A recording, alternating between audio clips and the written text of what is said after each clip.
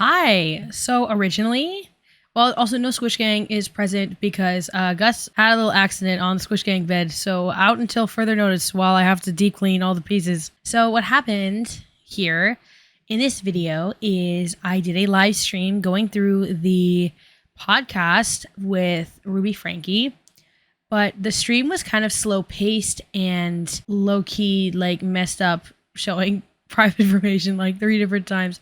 So what we're going to do is this video is going to be that live stream edited while I went through the video because I don't quite have time to refilm, unfortunately, because I am working full time in an internship right now, plus doing this. So I'm going to still use that footage, but I'm going to edit it a little bit. We're going to go through that, and there might be voiceover clips as well inserted depending on how I feel looking back at the footage. So that's what we're going to be talking about today. It's a pretty shorter video than usual, hopefully, maybe. No, it's actually, the stream is pretty long, so it'll be probably the same length.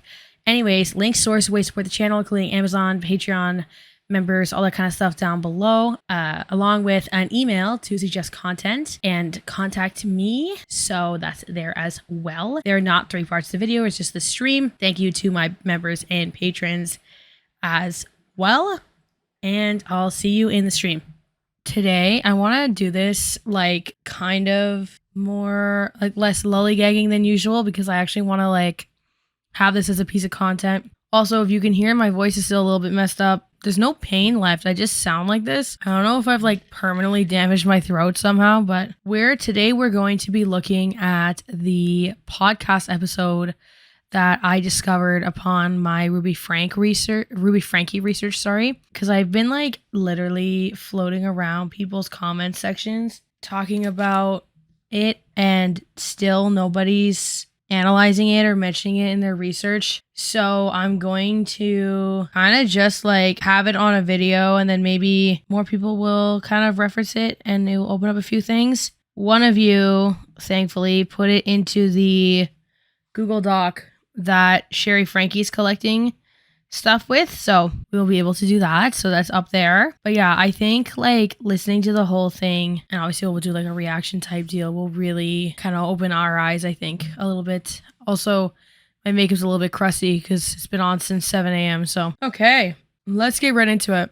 All right, so this is the aforementioned podcast that Ruby Franke was on, Poop to Gold. So what I've gathered in regard to like what this is referring to is the Harmon brothers are, to my recollection, the people who made like the poopery product and are like millionaires off of like out of like literal bathroom products. The bar's in hell, clearly, as far as what we got going on here, so we'll get right into it. So if I sound a little bit weird, I'm just super tired, but I want to be able to talk about this in like a reasonable time frame, and I don't know when I'll have time to film because the next video I have has to have a sponsor on it because of a thing I agreed to a really long time ago. Anyways, it's having oh right, I forgot to mention also the quality of this is horrible. That is not me, that's the podcast people.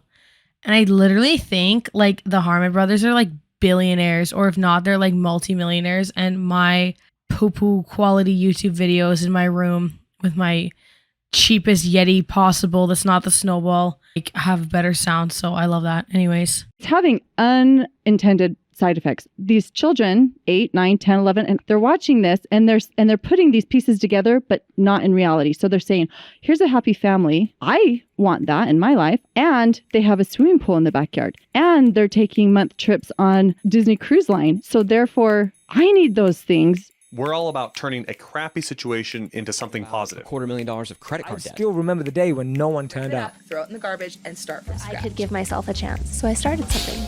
I mean, I think that counts as from poop to gold. Oh yeah, I also wanted to mention that it's a little bit cringe. That's the other thing we needed to mention. Welcome back to From Sorry, I just didn't want the sponsor read. Poop to Gold. I'm your co-host, Benton Crane, and today I'm joined by Ruby Franke. Welcome to the show, Ruby. Thanks. Fun to be here. Poop to Gold. I'm not sure what I've joined, but what you've signed up for? No. Well, you're in for a treat. Let me tell you what. So Ruby is the one of the creators behind the YouTube channel 8 Passengers. So it's Yeah. a family channel with you and the rest of your husband and your kids, right? Yeah, that's right. Tell us more about it. Well, when we were coming up with the name, I was thinking, the Ruby Show, Ruby Franke, and then it just Okay, already I'm I love that it's something that revolves around her whole family, and she's already trying to forward it with herself, right? She's the Ruby Show, as if this is all some sort of theatric, right? I don't know, all of this is already so bad, and then to like look back on this. Oh, another thing I want to say is if I yawn on this stream and I get a comment about it, I'm banning your ass. I'm so serious. Because I got like a lot of people, like not a lot, there was like 5 or 6 people on my video comments for this discrediting me because I yawned and forgot to edit it out. Or, well, there's one point where I couldn't edit it because I was talking at the same time. dawned on me, it's not really going to work unless it's all of us, because that's what our content is. It revolves around mom, dad, and the 6 kids. And so I think I actually tried doing full suburban, and full suburban was taken. Okay. And so I said, well, full suburban, well, maybe 8 Passengers would work. And it was available, so I grabbed it. It's a great name. Thanks. It's easy to remember. And, we count off usually when we go somewhere. 1, 2, 3, 4, 5, 6, 7, 8. We're all here. And then off you go. then off we go. Yeah. Okay, so it's a vlog style channel, right? Yes. So you guys are kind of documenting your day to day. Yes. And sharing that with your viewers. And what's kind of your goal? What are you guys trying to promote with your channel? It was actually a work in progress. I didn't know exactly when I jumped into it. I just started. So this is where we're going to start talking about the purpose and what was the fulfilling point of the channel. I do want to say that if you're sensitive to issues with children, with child abuse and neglect and stuff like that, this isn't the stream for you, and this is not the video for you if you're watching on the replay, which I'll chapter hopefully later if I have time. But yeah, also like I said, low energy because I'm teaching right now and I start at 7:30 in the morning. So filming, and about, I would say 6 months into it, I really kind of found why I was doing it and what my style was. And the number one, well, I've got three goals. The first goal is to inspire moms. Okay. So with every video, I have to ask myself, will this inspire mothers? So I talked about this when I was discussing Brittany Dawn and false idolship in fundamentalist circles. And I think that it's very interesting that Ruby has this super distinct inherent need to be listened to as a leader, regardless of to whose cost it is. And I think that this inspiration to mothers thing is an example of that. Because I feel like, this is alleged in my opinion, she was losing the grip on her audience and she was losing views and stuff with the 8 Passengers channel, and that's why she quit it. And then she went directly into like parent counseling because like she will be leading directly in real time doing that with Jodi Hildebrandt. The second one is, will this strengthen home and families? And then the last one is, does this validate the everyday norm? We all poop. I believe I can use the word poop on this podcast. Yeah, this is a safe space. Okay. How dare you cuss us such profanities? Poop, the worst word to ever hit the airwaves. All right, yeah, so stuff like that.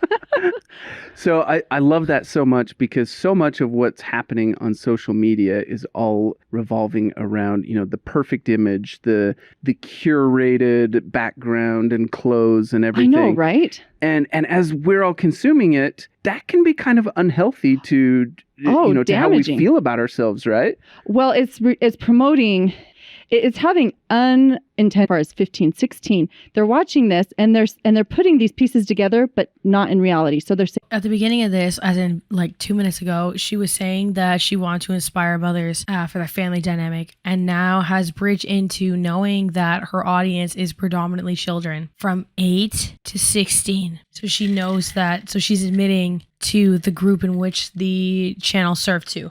Here's a happy family. Here's a family who likes to be together. I want that in my life. I want a happy family. I want my parents to talk to me. And Pride they have is a a sin, swimming yes. pool in the backyard. And they're taking month trips on Disney Cruise Line. And therefore, I need those things in order to have a happy family. And so that's when I realized, okay, the everyday norm has to be in the vlog somehow, where I can show viewers that this is where happiness is found. It's not found on a cruise ship. Yep. Right? Yeah. So you don't have to be at the perfect vacation spot, dressed in the perfect clothes, but the fact that you're together as a family, living life, messy or not. Yes. That's where the happiness comes from. And the happiness cannot be there if there isn't the mess, right? So I think that's a huge piece. Uncomfortable, messy family life is just that. It's uncomfortable. It's painful. We want to put a lid on it, cut it out, edit it out. Right. Cut. But I think when we look at it and we say, okay, this is just a crap load of mess, let's just sit in it for a bit and let's work through it. Really, happiness is a result of that. We can, and so I'm not sure how many family vlogs are out there that highlight that, but we really try to do that. I love it. I love it so much. My wife and I often talk about how much harder stay-at-home mom life. And so I love your mission of not only trying to validate that, but also trying to empower and support moms. Yeah. Right? Yeah. Talk to us more about that. Oh, well, when I first started Yeah, so this is where she's going to get into the, if I remember correctly, to the reasoning around filming. Before we get into that, I do want to discuss this concept of this perfection, right? And I think it's so wild to me because if you, let me just pull some stuff up. It's just being a little weird with my results here. Me importing anything from Google was a mistake. They've added a bunch of stuff to the Jodi Hildebrandt Rip Bozo website, talking about the involvement in the case, files they have now, the scanner recordings. Friday, September 8th. I assume.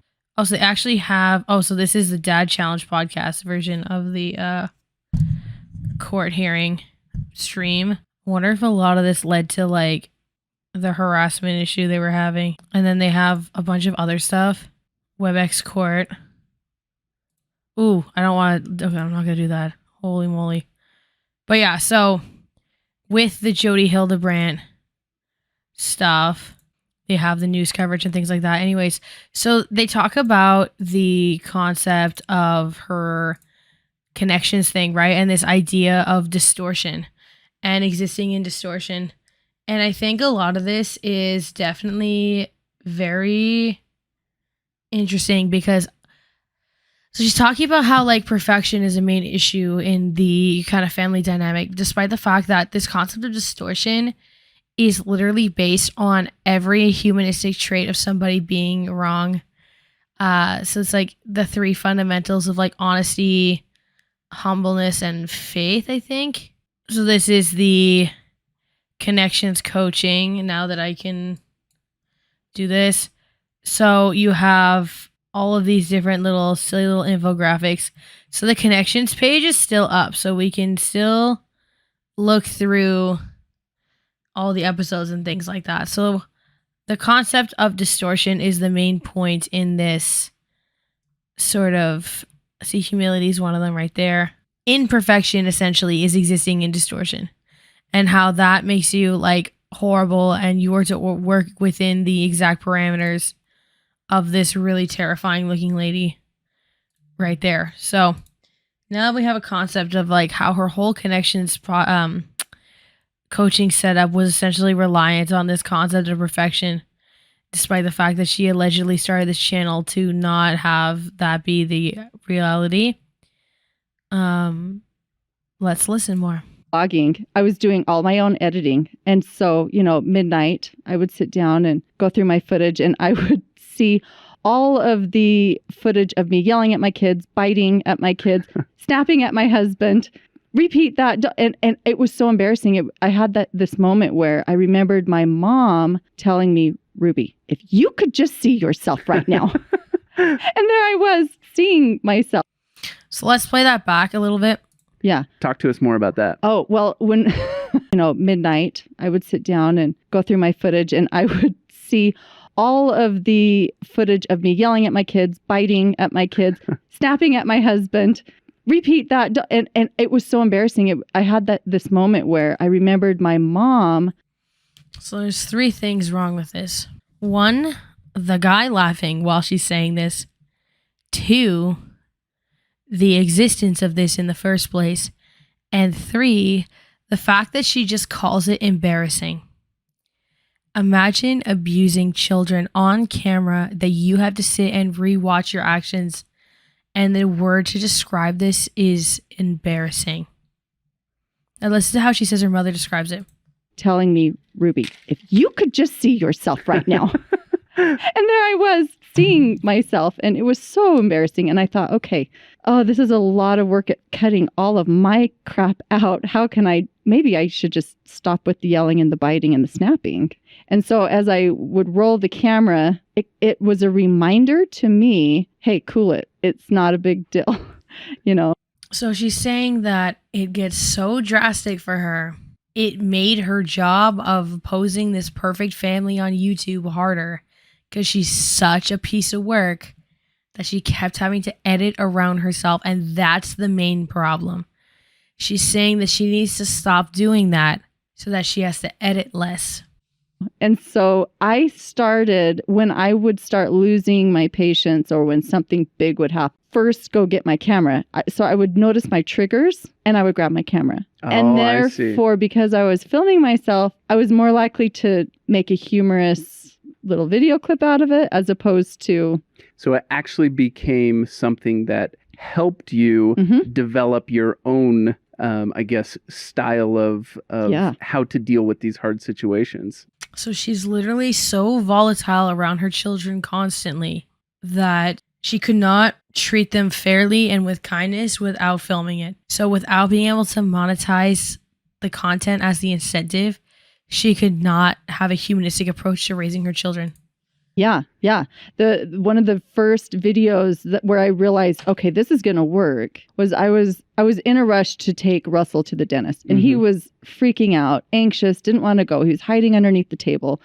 And Eve was little. She was sitting on top of the table and milk got spilled. And I thought, okay, you know what? Camera needs to get off. Mama Bear needs to come out and start, kicking these kids around. And I thought, So she spilt milk. A child, like a baby, spilt milk. And she got so angry that she had to put the camera away and kick the kids into shape. Let's re-listen to that for a second. Was little. She was sitting on top of the table and milk got spilled. And I thought, okay, you know what? Camera needs to get off. Mama Bear needs to come out and start, kicking these kids around. And I thought, I bet there's another mom out there who's going through the same thing. I'm just going to keep the camera rolling. So I set it up, clean. I gave, Eve a rag and I said, clean up your mess, which was humorous because she was like 12 months old.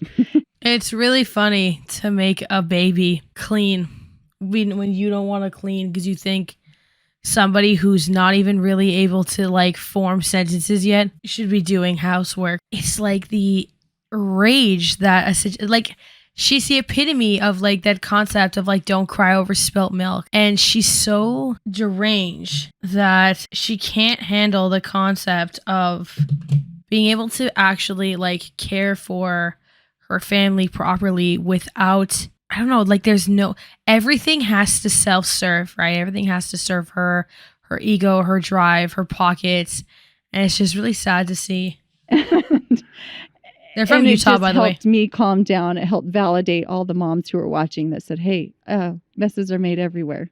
So one question I have, as that was starting up, when you were kind of new to it, did it ever feel like you were kind of faking it for the camera? And did you ever have to deal with that at all? Oh, I was totally faking it for the camera. So how did... So recall how she said the camera was the point of which she would be treating her kids in a way that she wasn't biting and snapping at them.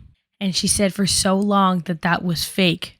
So what is the reality then, right? Is someone who is horrifically harsh and abusive towards her kids and can't hide it when she films it. Did you reconcile that where at first it kind of is faking it, but Right. eventually it becomes the real you, right? Well, I think I was faking it because my thought patterns hadn't switched yet. Mm-hmm. As I started, it's like the fake it till you make it. Yep. I was really motivated to be a good mom. I didn't know what that meant or what that looked like. And as I was faking patience and as I was faking trying to be humorous with my kids and maybe a little less controlling, Mm-hmm. it started to become natural. And It's just so horrifying to me when you go on an interview that's designed to make you look good. And she literally is saying that the thing she had to fake was being patient and humorous with her children. The act is a sense of kindness. if the camera was out of batteries or if I was somewhere and I had forgotten my camera and I would be triggered to get angry or go into control mode, I would say, oh, I can just pretend like I have the camera on. And after years of that, we've been doing this for almost 5 years. It's become who I am. Yeah, it started out Mm-hmm. feeling like faking, but Mhm. now it's natural. It's really who you are. Right. That's so cool. Yeah. So 5 years into this, you're up over 2.4 million subscribers. Is that what I saw? Yes. That's fantastic. It's crazy, right? So let's get back to the name From Poop to Gold. Okay. We've observed that every successful person has had to overcome serious obstacles to become successful. Mm-hmm. Those are their poop moments, right? That they had to turn in. This is one of those concepts that, I'm sorry, how he's describing, all successful people had to overcome whatever in order to become, super rich or what have you. I really think it just enforces that kind of concept that, billionaires are billionaires because they work so much harder than everybody else, which is just, a load of crap and not true. And I just, people like this bother me so much. Into gold. Yeah. So for you, Ruby, what has your poop to gold journey been? Can you share that with us? Oh, okay. That's such a good question. I probably have a few poop messes I've probably been through. I think one of them, getting really vulnerable, I would say, because I have been a stay-at-home mom. My husband works, he's a professor at a university, and we came to this point where I was my hours of work were from midnight to about 4 a.m. And so that's unhealthy for a marriage. Is this on the channel or prior to the channel? This is during the channel. Okay. This is probably, we got about 2 years into the channel and with this going. And we asked ourselves, okay, are our marriage problems because of YouTube? Is YouTube causing this, or is YouTube revealing problems to us? And so we had to really look at that question and say, so you guys are facing this is not working. right. Okay. Right. And so we decided so what we did was we put a team together. So she decided to blame themselves for the problems that were coming from YouTube overworking Ruby, but that would never be a sentiment that could be put forward because Ruby is a stay-at-home wife, therefore she cannot be overworked. That's one of the main branches of any sort of kind of religious thinking. I don't even have words, especially because when you work with kids, it just makes it seem so much worse. And I just legitimately cannot even imagine seeing one of them emaciated with wounds and taped up wrists and I don't even know. Got some editors to help us out so I could sleep. We got someone to help us manage the content so I wasn't having to post. We got someone and so we created this team, and what happened was we grew. We grew. I thought that letting go of control. See, do you see a common factor in this whole thing? I thought if I let go of creative control, that I would lose control. And what happened was I let the control go, and we grew. Our channel really grew after we did that. And I what got about your marriage? And I got my marriage back. Okay. And our marriage is stronger now than ever because we were able to get through that really crappy moment. So Clearly, the marriage did not come back. I don't know. I think it's very iconic that everything fell apart for this, absolutely deplorable human being. That's kind of my only comment for now. Marriage got stronger and our channel got stronger. So what would have happened if you guys had just given up on the channel at that point? If you had said, okay, we're going through some hard stuff here, this YouTube thing, it's just not worth it. Let's scrap this thing. What would have happened? Well, we would have really lost out on an opportunity to learn. I think, we wouldn't obviously have the YouTube channel be popping up somewhere else. We would still be having all of these marriage problems, and we would be blaming whatever else was popping up. So notice that she just says that this control need is a fixed thing that will not be able to be changed, right? Like this fixed element of it is not something that she actually needs to fix. So if she couldn't be a control freak on YouTube for monetizing and taking advantage of her kids, this thing that she needs in order to not be horrific to her kids, allegedly, but there's never any sense of oh, well, I need to alter that innate sense of control that seems to her uncontrollable in her own right. She can't control her need for control. Yeah, the husband would have moved away 18 months later. Yep. Right. Right? Something else would get blamed. So, well, that's fantastic that you guys were able to identify the root cause and go work on that. Yeah. It's so fantastic. Okay, so that's one of those poop moments where it gets tough, right? Life is not easy, but coming out of it, tell us about the transition into gold. Tell us kind of what it's been like to go from that to now you have a successful YouTube channel, and it's probably opened up all sorts of doors for you. Can you tell us about the gold? Oh, grab first the tiara, the rubies. Do I rub my hands through the gold coins? What do I go for? And not financially speaking, but the opportunity wise, it's just opened up doors. Do I, right now I'm writing a book. We've been selling a cookbook. Is the book real? What? This seems a little bit super sus. When did this? No, this is somebody else. So did somebody write a weird fan book? Ruby Franke is an American YouTube personality who happens to be one of the few YouTube stars who have taken a completely different path on the video sharing website. Instead of posting some mindless comedy videos, she uploads her family videos, sharing with the world the pleasantness of being involved in a large family. Ruby started her YouTube channel in 2015, document the shenanigans of her baby girl Eve. At the beginning, not many paid attention to what she was doing, but eventually they started joining her in her journey. Her YouTube channel became more and more famous every passing day, except the number of subscribers started to grow rapidly. Since she was brought up in a large family with many siblings, she knew exactly how to handle family and became the reason behind her success as a YouTube star. Her videos are shown for being original, making the channel aid passengers hit over 2.3 million subscribers. This is so interesting. That's been doing awesome. It gave us the chance to, we got to put all of my mom's and my grandma's recipes together. And that's something we would never have done had we not been motivated to offer something of value to our viewers. And so that was such a fun project to work on with my family. And it was like a heck yes project. Absolutely. We want to work on this. And then we've just been given the chance, I think, to talk with moms and to be an advocate for motherhood and to reflect what real motherhood looks like and how to get through those moments. And that for me has been the most rewarding opportunity, is to really connect with moms and to feel like I'm an ambassador for motherhood. And making an impact. Oh, yeah. Helping other people in their lives. I get these emails all the time, quite often, and they're from 15 to 20-year-old women.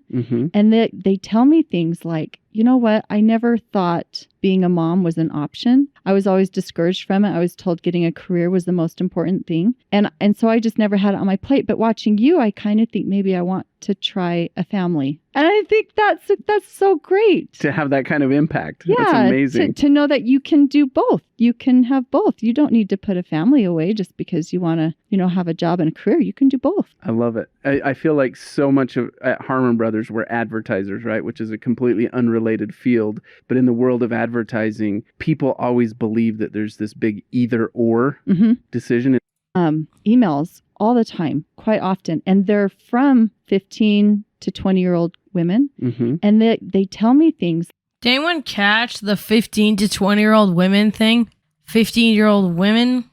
You know what? I never thought being a mom was an option. I was always discouraged from it. I was told getting a career was the most important thing. And so I just never had it on my plate. But watching you, I kind of think maybe I want to try a family. And I think that's so great. To have that kind of impact. Yeah, That's amazing. To know that you can do both. You can have both. You don't need to put a family away just because you want to, have a job and a career. You can do both. I love it. I feel like so much of at Harmon Brothers, we're advertisers, right? Which is a completely unrelated field. But in the world of advertising, people always believe that there's this big either or decision. It's you either focus on sales like an infomercial or you focus on building your brand like, Nike or Apple, that type of advertising, but you can't have both. Oh. And that's what all the advertisers out there believe. And we've built our whole entire company and our whole platform on this idea that no, it's not either or. You can have both. You can have your sales and you can build your brand at the same time. And that's what Squatty Potty and Poopery and Purple and all these,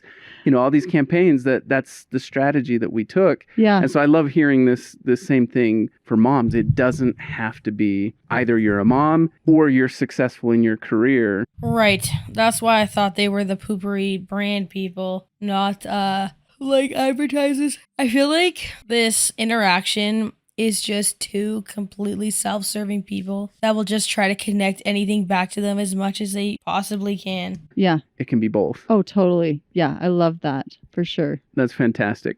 Tell us about the rest of the family. What type of impact has this journey had on all the kids? Okay, so we've been very vigilant of watching and just trying to make sure that this hasn't had too big of an impact on the kids. And it has had some impact on the kids. I think for the most part, it's been like 90%, I would say, has been absolutely positive. And the 10% where we saw problems, we've made lemonade out of those lemons, so to say.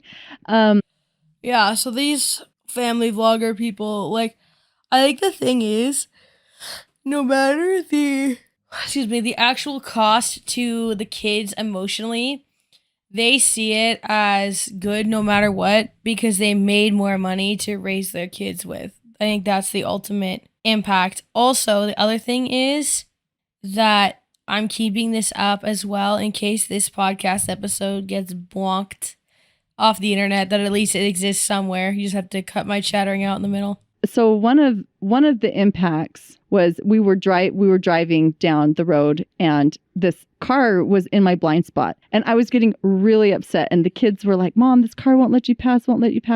And I went to give them a real scuzz look. And when we looked, they had rolled down their windows and a bunch of kids hanging out, waving, "Hi, passengers."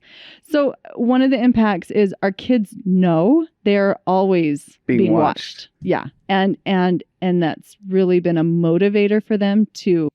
I think the fact that she's hiding the fact that she literally had a van with the fucking logo on the side of it. You were parading around the damn kids in the van with your channel logo on it. Apparently, right after she got arrested, somebody came with a heat gun and removed the logo off the van. But the license plate is still 8 passengers. Of course, they'll identify you. You've turned your kids into an advertising campaign. Always represent who they really are. I think the other impact, and that's a positive. I would say that's a positive impact. Our oldest daughter going into 9th grade. So she's her last year at junior high. She's never been real popular. She's always had maybe one really good friend, and she's just really into her books. So she went to the first week of school in 9th grade, and she was in the bathroom, and she came out of the stall, went to wash her hands, and there were a group of girls waiting for her. Cheerleaders, popular girls, and she was welcomed with, "Sherry, how are you? They already knew her by name. Yeah. And Sherry's thinking, "You've never given me the time of day. What's up?" And they're like, "We've missed you over this summer. We should totally hang out." And Sherry bought into it for a day. She thought, "Oh, I'm so glad I'm going to have so many good friends this year." And what ended up happening was by the end of the day, they all wanted to take selfies. And you need to tag us in these. It was all self-promotion. Oh, yeah. And Sherry said, "We've practiced this at home. The kids know the drill. If someone asks to be tagged, you say, 'Well, my mom actually owns my Instagram. I just need to make sure it's okay with her first.'" So we're talking about that concept of the Instagram tagging, right? And if we remember, like 30 seconds ago, no, probably way longer ago, yeah, way longer than that, she said that she has this need to control her kids and the family. They all, even though they're social media figures, which I understand a lot of it is about safety, but why does the safety only expand to the point that they have autonomy? Personal autonomy. Why does the safety of your kids not become a concern when you're putting them on a video sharing platform for millions of people to watch? It's a business account. And of course, that didn't go over well. And then they were mad at her and decided to really show her that Their true feelings. yeah, this is what a good friend I am. So what we ended up doing was we pulled our kids out of public school. Mm-hmm. They're no longer in public school because that kind of thing was just happening. You literally monetizing the lives of your kids down to like the start of the menstrual cycle and fucking public school's the problem. You're literally charged on 6 counts of aggravated child abuse for the treatment of your children, and public school's the problem. I'm just in disbelief. Apparently, like they think in like people like conservatives think that like schools are like these like indoctrination centers to like some sort of like left-wing conspiracy, and like all of their kids' lives are going to be ruined as a result, which is just so beyond me. We'd have random people showing up at our house from the school wanting to be friends so they could be in the videos. And since we've moved our kids to a private school, we have not had any problems. That's fantastic. Since we stopped associating them with the poor. I appreciate you sharing those kind of experiences because I think as viewers, we see, families like yours that kind of become famous, right? And they're well known. Yeah, Holly, parents can actually, especially if they're under 13, they do automatically usually own the social media accounts. To my recollection, social media account ownership, like I know like a YouTube account, if I was, let's say for some reason I was below 18, my mom would have to own my social media account in order for the monetization process to work. So that's actually pretty common. And lots of eyeballs are on you, and the rest of us are kind of left wondering, like, I know there's lots of good that comes from that, but there's got to be lots of hard things too. Yeah. And so I appreciate you opening up a little bit about some of the impacts that has, because I'm sure life changes. Well, it's true, and we've been very open about our son's experience. So Chad, he's our 14, almost 15-year-old, and we made the decision to have him enrolled in a wilderness therapy program. Mm-hmm. And it's going to be obvious him being gone for months. Where's Chad? Mm-hmm. So we just decided we're just going to own it. We're going to step out in front and let people know that this is a wonderful thing, giving him this gift. That's right. And we can do it in a way where we don't have to divulge every single detail, but we can also share the journey of hope with our viewers. And so that's probably been the most difficult balancing act we've done. But so far, it's been a really positive experience, I think. Got it. Now, Ruby, most of our viewers... So, yeah, the wilderness therapy camps, there are some where kids have literally died. They're typically horribly abusive places where parents abandon their kids. I've never heard someone come out of that and feel like it was a good experience. And then also on top of that, answer Holly's question about the accounts. Notice how she said it's a business account. If the account is able to get monetization in any capacity through whether that be brand deals, advertisement, whatever, the parent can have ownership until they are no longer a minor, because that is how the money has to be delivered. It cannot be done with someone under 18. Are either creators or soon-to-be creators, and that can be in different fields. It can be from writing to comedy to film or even advertising, marketing. Yeah. Also, a lot of entrepreneurs. But for those, budding creators or soon-to-be creators, what advice would you have for them? What's kind of that next step to chasing their dream? Yeah. Oh, that's such a good question. And I've actually compared myself to the Harmon brothers. And in my mind, I've always viewed 2 different routes to success in the creation process.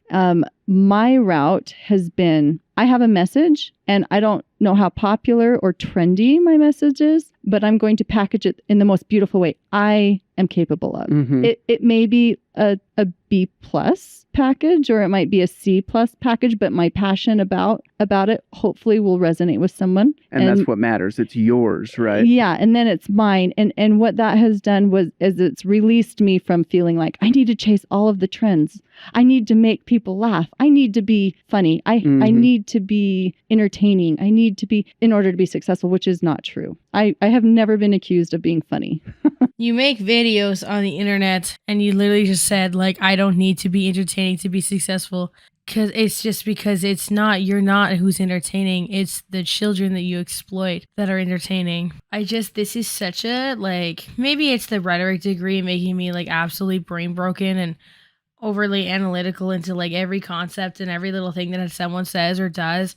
But it's just so mind numbing to me that this is like the reality that she's put herself in. And all of these like short kind of comment snippets really show the kind of process that she has for the world around her and how much she centers in all of it. And it's still all about her entertaining factor, her wow factor, her ability to be successful, despite the fact that she didn't really do shit except put a camera in the face of a baby and then abuse the baby ultimately at the end of the day. And it's just so sick and twisted that it's just like, I can't even... I laugh at myself all the time, but and then I see other great successful channels, and I hope it's okay that I put the Harmon brothers in this, but you guys are hilarious. And I would say not only trendy, but setting the trends. And that's been really, I think there's two routes there that you could do either. And I think it's validating to decide which one you are, and just know that there's going to be individual challenges to whichever path you decide to take. But either way, be true to you. Yes. I love it. I love it. That's so fantastic. Ruby, we really appreciate you coming on the show. It's been so great to get to know you better and to hear about the journey that you've been on. Thanks for opening up and sharing that with us. You're welcome. It's been such a pleasure. Thanks for coming on the show, Ruby. Thanks for having me. And to our listeners, make sure to like, share, and subscribe, and we'll see you on the next one. But yeah, so that's where we're at with the podcast. So that's the podcast episode I was talking about, because like I said, nobody and they damn mom seem to like want to talk about this, despite the fact that she literally admits to the fact that she only recorded her kids so that she would like abuse them less, allegedly, I guess. Like, this is something that's like, so this is just essentially an admission of guilt. That's just on like a random, very poor quality podcast, seemingly hidden in Amazon Music. So yeah, we're just concluding here about what happened and everything that transpired. I will do more updates as the proceedings move along, and there will be more videos coming soon. The upload frequency will be around the once a week, hopefully with this internship, but might be on different days of the week as opposed to usually like a Monday-ish upload. But with that, I hope you enjoy the video, and I hope we see further justice and as the trial continues. And I hope you have an amazing day. And my links, all socials, all that kind of stuff, all down below. And the email, as I mentioned before. And I hope y'all have an amazing day. And I'll see you when I see you. Bye.